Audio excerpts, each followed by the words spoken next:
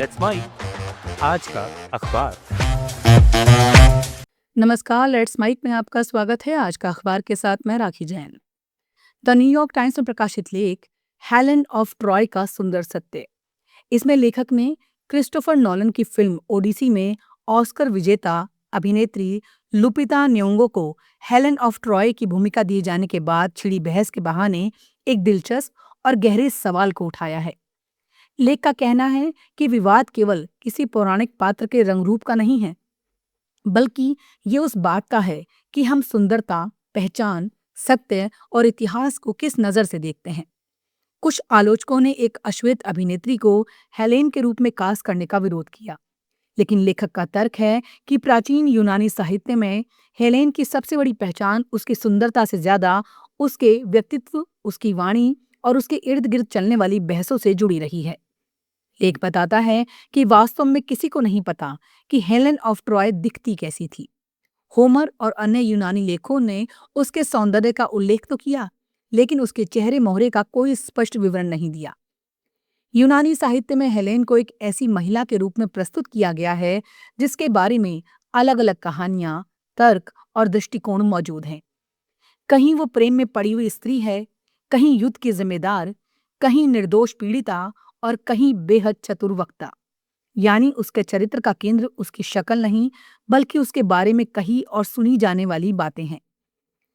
लेख में यह भी बताया गया है कि प्राचीन यूनानी दार्शनिकों, कवियों और नाटककारों ने हेलेन के पात्र का उपयोग सत्य और भ्रम, वास्तविकता और कल्पना तथा शब्दों की ताकत पर चर्चा करने के लिए किया। कई लेखकों ने तो ये तक लिखा कि ट्रॉय भागने वाली हेलेन असली नहीं, बल्कि उसकी छाया या प्रतिरूप थी। इस तरह हेलेन सदियों से इस बहस का प्रतीक रही है कि सच क्या है और लोग किस कहानी पर विश्वास करते हैं। लेखक का मानना है कि आज सोशल मीडिया पर लुपिता न्योंगो की कास्टिंग को लेकर जो विवाद हो रहा है, वो भी उसी पुराने प्रश्न को दोहराता है।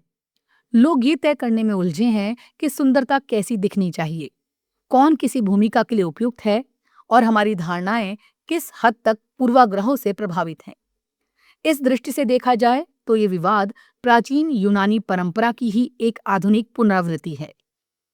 कुल मिलाकर लेख ये कहना चाहता है कि हेलेन ऑफ ट्रॉय की असली विरासत उसके सौंदर्य में नहीं, बल्कि उन सवालों में है जो वो आज भी हमारे सामने खड़े करती हैं। सुंदरता कोई स्थिर या सार्वभौमिक सत्य नहीं है, बल्कि वो हमारी इच्छाओं, धारणाओं और सामाजिक नजरिए से बनती है। इसलिए नोलन की फिल्म को लेकर उठी बहस ये दिखाती है कि हजारों साल बाद भी हेलेन ऑफ ट्रॉय लोगों को सुंदरता, पहचान, सत्य और पूर्वाग्रहों पर सोचने के लिए मजबूर कर रही है। यही उसका सबसे बड़ा और सबसे सुंदर सत्य है। द गार्जियन में प्रकाशित संपादकीय डिसेबिलिटी बेनिफिट्स पर गार्जियन का दृष्टिकोण। पीआईपी को कटौती का नया रास्ता नहीं बनना चाहिए। इसमें ब्रिटेन की सरकार की उस सोच पर सवाल उठाया गया है जिसमें बढ़ते कल्याणकारी खर्च को केवल आर्थिक बोझ के रूप में देखा जाता है। संपादकीय का कहना है कि विकलांग लोगों को मिलने वाला पर्सनल इंडिपेंडेंस पेमेंट कोई मुफ्त सहायता या निर्भरता बढ़ाने वाली योजना नहीं है, बल्कि ये लोगों को स्वतंत्र जीवन जीने, नौकरी करने और समाज में सक्रिय बने रहने में मदद करने वाला सहारा है। लेख के अनुसार ब्रिटेन में पीआईपी लेने वालों की संख्या और इस पर होने वाला खर्च बढ़ा है, लेकिन इसका कारण केवल उदार लाभ व्यवस्था नहीं है। इसके पीछे स्वास्थ्य सेवाओं, सामाजिक देखभाल, आवास और रोजगार सहायता तंत्र की कमजोरियां भी हैं, जिनकी कमी कोई योजना पूरा कर रही है। संपादकीय में लेबर सरकार के मंत्री स्टीफन टिम्स की समीक्षा का संदर्भ देते हुए कहा गया है कि पीआईपी को अनुत्पादक कल्याण खर्च के बजाय एक ऐसे निवेश के रूप में देखा जाना चाहिए जो लोगों की स्वतंत्रता, गतिशीलता और सामाजिक भागीदारी को मजबूत करता है। लेख ये भी याद दिलाता है कि यूरोप के कई देशों में मजबूत कल्याणकारी व्यवस्थाएं होने के बावजूद उत्पादकता, रोजगार और नवाचार के स्तर ब्रिटेन से बेहतर हैं। इसलिए ये धारणा सही नहीं है कि कल्याणकारी योजनाएं आर्थिक विकास में बाधा बनती हैं। संपादकीय का मूल संदेश ये है कि यदि सरकारें सामाजिक सुरक्षा पर होने वाले खर्च को केवल बचत और कटौती के नजरिए से देखेंगी, तो विकलांग लोगों के अधिकार और अवसर सीमित हो जाएंगे।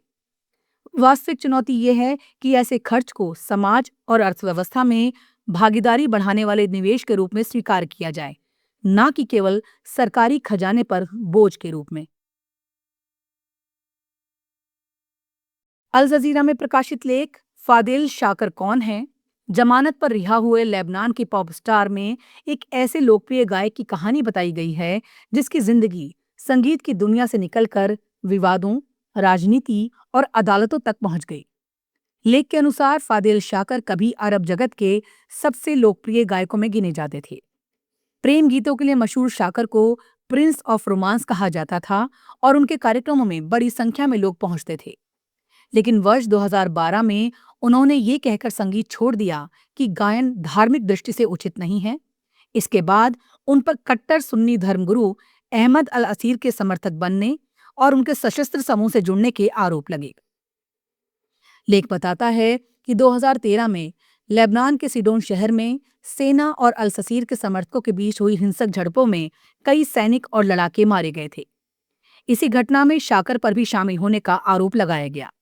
हालांकि शाकर ये स्वीकार करते हैं कि वो अल असीर के समर्थक थे, लेकिन उनका कहना है कि उन्होंने लड़ाई में हिस्सा नहीं लिया। वर्ष 2020 में उन्होंने गैर हाजिरी में 22 वर्ष की सजा सुनाई गई थी, जिसमें आतंकवादी गतिविधियों में सहयोग और समूह को वित्तीय मदद देने के आरोप शामिल थे। बाद में उन्होंने अक्टूबर 2024 में अधिकारियों के सामने आत्मसमर्पण किया, जिसके बाद पुराने फैसले निरस्त कर दिए गए और मुकदमे की नई सुनवाई शुरू हुई। लेख का मुख्य संदेश ये है कि फादिल शाकर का मामला केवल एक गायक की कानूनी लड़ाई नहीं, बल्कि लेबनान के जटिल राजनीतिक, सांप्रदायिक और सुरक्षा हालात का भी प्रतिबिंब है। एक समय करोड़ों प्रशंसकों के दिलों पर राज करने वाला कलाकार अब अदालत में अपनी बेगुनाही साबित करने की कोशिश कर रहा है। हाल ही में उन्हें जमानत पर रिहा किया गया है, लेकिन उनके खिलाफ सशस्त्र समूह बनाने, ऐसे समूहों को वित्तीय सहायता देने और मनी लॉन्ड्रिंग जैसे कई मामले अभी भी लंबित हैं। ऐसे में उनकी कानूनी लड़ाई खत्म नहीं हुई है। लेख ये दिखाता है कि लोकप्रियता और प्रसिद्धि के शिखर पर पहुंचा व्यक्ति भी राजनीतिक और वैचारिक विवादों में उलझकर पूरी तरह अलग पहचान के साथ दुनिया के सामने खड़ा हो सकता है। बीबीसी हिंदी में प्रकाशित लेख गहराते तेल संकट के बीच रूसी पंपों पर बढ़ी भीड़, क्या है पेट्रोल डीजल की किल्लत की वजह? इसमें रूस में उभरते ईंधन संकट और उसके सामाजिक आर्थिक असर का विश्लेषण किया गया है। लेख के अनुसार दुनिया के सबसे बड़े तेल उत्पादक देशों में शामिल रूस आज अपने ही नागरिकों को पर्याप्त पेट्रोल और डीजल उपलब्ध कराने में मुश्किलों का सामना कर रहा है। राजधानी मॉस्को समेत कई शहरों में पेट्रोल पंपों पर लंबी कतारें लग रही हैं। कुछ पंपों पर ईंधन खत्म हो चुका है और लोगों में चिंता बढ़ रही है। लेख बताता है कि यूक्रेन के लगातार ड्रोन और मिसाइल हमलों से रूस की तेल रिफाइनरियां प्रभावित हुई हैं, जिससे ईंधन उत्पादन और आपूर्ति व्यवस्था पर दबाव बढ़ा है। इसके साथ ही युद्ध की लंबी अवधि और आर्थिक चुनौतियों ने हालात को और जटिल बना दिया है। लेख का मुख्य संदेश ये है कि यूक्रेन युद्ध का असर अब केवल मोर्चे तक सीमित नहीं रहा, बल्कि रूस के आम नागरिकों की रोजमर्रा की जिंदगी में भी दिखाई देने लगा है।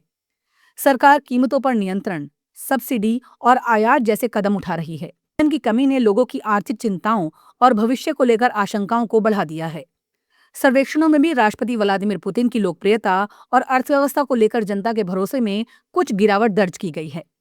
हालांकि विशेषज्ञों का मानना है कि ये संकट फिलहाल इतना बड़ा नहीं है कि पुतिन की नीतियों में तत्काल बदलाव करा दे या जनता व्यापक राजनीतिक दबाव बना सके। कुल मिलाकर लेख ये समझाने की कोशिश करता है कि ईंधन संकट रूस के लिए केवल आपूर्ति की समस्या नहीं, बल्कि युद्ध की बढ़ती आर्थिक कीमत और उसके समाज पर पड़ते प्रभाव का भी संकेत है, जिसके दूरगामी परिणाम सामने आ सकते हैं। आज का अखबार में फिलहाल इतना ही। जुड़े रहिए लेट्स माइक के साथ। नमस्कार।